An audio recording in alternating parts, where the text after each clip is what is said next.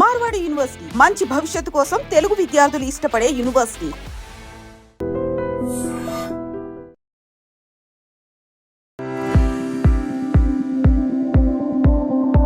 అందరికీ నమస్కారం. నేను మీ ఆయుర్వేద డాక్టర్ చిట్టిపొట్ల మధుసూదన శర్మని. మనం ఈ వీడియోలో మోషన్ ఫ్రీగా అవ్వాలంటే ఎలాంటి ఔషధాన్ని వాడుకోవాలి అనేటువంటి అంశాన్ని గురించి తెలుసుకోబోతున్నాం. గత కొన్ని వీడియోల్లో కూడా అసలు మలబద్ధక సమస్య ఎందుకు వస్తుంది, అంటే మోషన్ ఫ్రీగా కాకపోవడం అనేటువంటి సమస్య ఎందుకు వస్తుంది, దీనికి కారణాలేంటి, ఈ యొక్క సమస్య వచ్చినప్పుడు ఎలాంటి లక్షణాలు ఉంటాయి, ఈ సమస్య నుంచి బయటపడేందుకు మనకే మనం తయారు చేసుకోదగ్గ ఔషధాలు ఏంటి, అదేవిధంగా పాటించదగ్గ ఆహార విధి విధానాలు ఏంటి మొదలైన వివరాలు తెలియజేయడం జరిగింది. ఈ వీడియోలో మరొక ఫార్ములాని మనం తెలుసుకోబోతున్నాం. ప్రాణం మలాధీనం అంటుంది అత్యంత పురాతనమైనటువంటి ఆయుర్వేద వైద్య విధానం. అంటే ప్రాణము మల అధీనం, అంటే మన దేహంలో తయారైనటువంటి మల పదార్థాల యొక్క ప్రభావం ఈ యొక్క ప్రాణం మీద ఉంటుందని చెప్పి స్థూలంగా చెప్పుకోవచ్చు. అంటే మల పదార్థాలు అంటే మన జీవనక్రియలో భాగంగా మన దేహంలో మన శరీరంలో వివిధ రకాలైనటువంటి రసాయన పదార్థాలు మరణకరమైనటువంటి పదార్థాలు ఉత్పత్తి అవుతుంటాయి అన్నమాట. మరి కొన్ని మరణ పదార్థాలు చెమట రూపంలో, కొన్ని మరణ పదార్థాలు మూత్ర రూపంలో, కొన్ని మరణ పదార్థాలు మలం రూపంలో, అట్లే కొన్ని మరణ పదార్థాలు శ్వాస రూపంలో, శ్వాస ద్వారా, ఇలా శరీరంలో జీవక్రియలో భాగంగా తయారైనటువంటి రసాయన పదార్థాలు మరణ పదార్థాలు బయటికి విసర్జింపబడుతూ ఉండాలన్నమాట. ఇందులో ఎక్కడ లోటు జరిగినా, సరిగ్గా విడుదల కాకపోయినా, అంటే విడుదల కావడం అంటే బయటికి విసర్జింపబడకపోయినా సమస్యలు వస్తాయి. ఉదాహరణకి చెమట పట్టలేదనుకోండి, స్వెట్టింగు చాలా ఇబ్బంది పడతాం. అధికంగా చెమట పట్టినా ఇబ్బంది పడతాం. అదేవిధంగా మూత్రము ఎక్కువగా వచ్చిన ఇబ్బంది పడుతుంటాము, సరిగ్గా రాకపోయినా ఇబ్బంది పడేటువంటి అనారోగ్య హేతువుగా పరిణమిస్తుంది. అదేవిధంగా మలబద్ధకం, మోషన్ సరిగ్గా రాకపోయినా సమస్యే, మోషన్ ఎక్కువసార్లు వచ్చినా సమస్యే. అదేవిధంగా శ్వాసకు సంబంధించినట్టు కూడా శ్వాసలో కూడా మనం తీసుకునేటువంటి ఆహార పదార్థాలు, వివిధ రకాలైనటువంటి వ్యాధులు, ఇతర అనేక రకాలైన కారణాల వల్ల శ్వాసల్లో వచ్చేటువంటి ఇబ్బందులు తలెట్టడం వల్ల శ్వాస వల్ల దానివల్ల కూడా ఆ విసర్జిత పదార్థాలు మరి మన దేహంలో ఉండి ఎక్కువగా ఆయాసపడేటువంటి పరిస్థితి ఏర్పడము, ఆయాసం తీసుకోవడం కష్టంగా ఉండడము, వదలడం కష్టంగా ఉండడము, ఇలాంటి అనేక రకాలైన సమస్యలు కూడా కలిగేటువంటి పరిస్థితి ఏర్పడుతుంటుంది.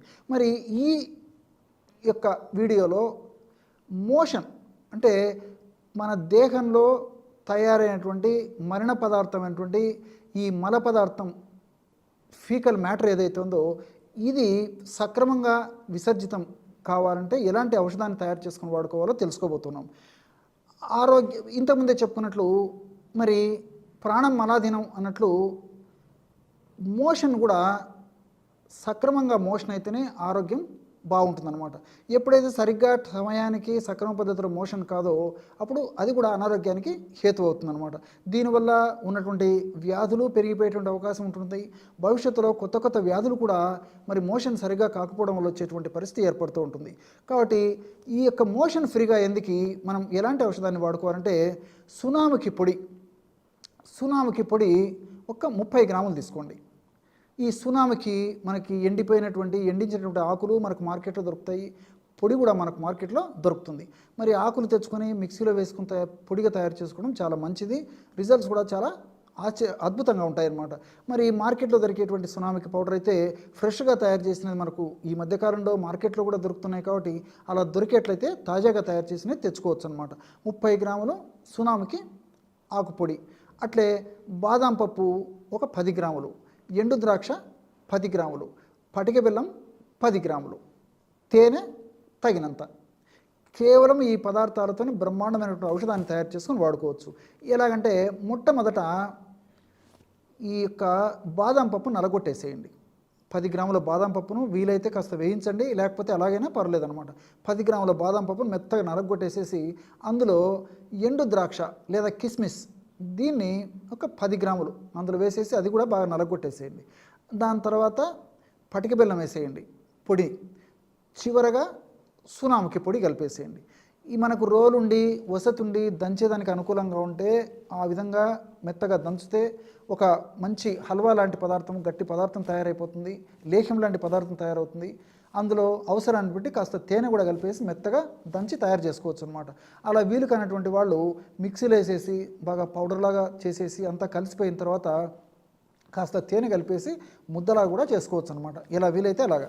ఈ విధంగా తయారు చేసుకున్నటువంటి ఆ మోషన్ ఫ్రీగా అయ్యేటువంటి ఆ యొక్క ఔషధ ద్రవ్యాన్ని ఒక గాజు సీసాలో నిల్వ ఉంచుకొని రోజు రాత్రి పడుకునేటప్పుడు 1 టీ స్పూన్ అంటే ఒక 5 గ్రాముల ప్రమాణము, అంటే ఇంచుమించు ఒక కుంకుడుకాయ ప్రమాణం, లేదా మ్యాక్సిమము కొత్తలో కావాలంటే ఒక 2 రోజులు 3 రోజులు 4 రోజులు కూడా గచ్చకాయ ప్రమాణం కూడా వాడుకోవచ్చు అనమాట. అంతకంటే ఎక్కువ వాడుకోకూడదు అనమాట. కాబట్టి ఒక 5 గ్రాములు మ్యాక్సిమం ఆ యొక్క ఔషధాన్ని నోట్లో వేసుకొని చప్పరించేసేసి గోరువెచ్చని నీళ్లు కానీ పాలు కానీ సేవిస్తూ ఉండాలన్నమాట.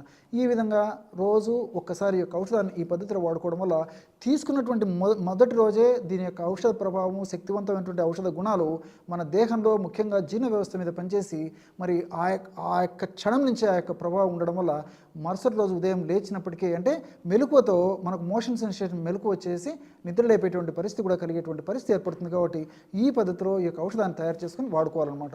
ఈ ఔషధం అయిపోయిన తర్వాత మరలా ఇదే పద్ధతిలో తయారు చేసుకుని వాడుకోవడం వల్ల చాలా మంచి ఫలితాలు కూడా కలుగుతాయి. ఈ ఔషధాన్ని కొన్నాళ్ళ పాటు వాడేసేసి మనం తీసుకునేటువంటి జాగ్రత్తలు కూడా మనం పాటించాలన్నమాట.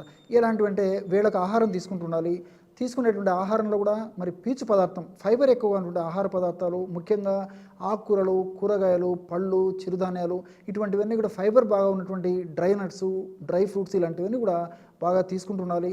అదేవిధంగా ఈ యొక్క బేకరీ ఐటమ్స్, అదేవిధంగా fast foods, ice creams, cool drinks ఇలాంటివన్నీ కూడా ఎంత మ్యాక్సిమం అవాయిడ్ చేయగలిగితే ఎంత మంచిది, తగ్గించేస్తే మంచిది, మానేస్తే మరీ మంచిది. అదేవిధంగా రోజు తగినంత నీరు సేవిస్తుండాలి. 3 నుంచి 4 లీటర్లు, లేదా పరిస్థితులను బట్టి 5 లీటర్ల వరకు కూడా కొద్దిగా ద్రవరూపమైన ఆహారం, ముఖ్యంగా నీళ్లు సేవించడం అలవాటు చేసుకోవాలి. వేళకు విశ్రాంతి తీసుకుంటుండాలి. అట్లే రోజు ఒక ఎక్సర్సైజ్, వాకింగ్ కానీ, జాగింగ్ కానీ, స్కిప్పింగ్ కానీ, రన్నింగ్ కానీ ఇలాంటి చిన్న ఎక్సర్సైజులు ఏదో అలవాటు చేసుకుంటుండాలి. ఈ విధంగా చిన్న జాగ్రత్తలు తీసుకుంటూ ఈ యొక్క ఔషధాన్ని కొన్నాళ్ళ పాటు వాడి ఆపేసినప్పటికీ మనం తీసుకునేటువంటి జాగ్రత్తల ప్రభావం చేత మరి రోజు కాలవిరేచనం ఆరోగ్యకారణం శ్రేష్టం అని మన మహర్షులు చెప్పినటువంటి పద్ధతిలో రోజు కాలవిరేచనం అయ్యేటువంటి పరిస్థితి ఏర్పడి ఉన్నటువంటి వ్యాధులు తగ్గిపోతాయి. భవిష్యత్తులో ఇతర వ్యాధులు రాకుండా ఉంటాయి. అయితే ఉన్న వ్యాధులు కూడా మరింత విజృంభించకుండా ఉండేందుకు కూడా ఈ యొక్క ఔషధం సదా మన దేహంలో వాటి యొక్క శక్తులను ప్రయోగిస్తూ సదా కాపాడుతూ సదా రక్షిస్తూ ఉంటుంది. చూశారు కదా ఎటువంటి సులువైనటువంటి ఔషధ యోగాన్ని మోషన్ ఫ్రీగా ఎందుకు మీరు ఈ వీడియోలో తెలుసుకున్నారో. మరొక వీడియోలో మరొక అంశంతో మళ్ళీ కలుద్దాం. అంతవరకు నమస్కారం. మీ చిట్టిబొట్ల.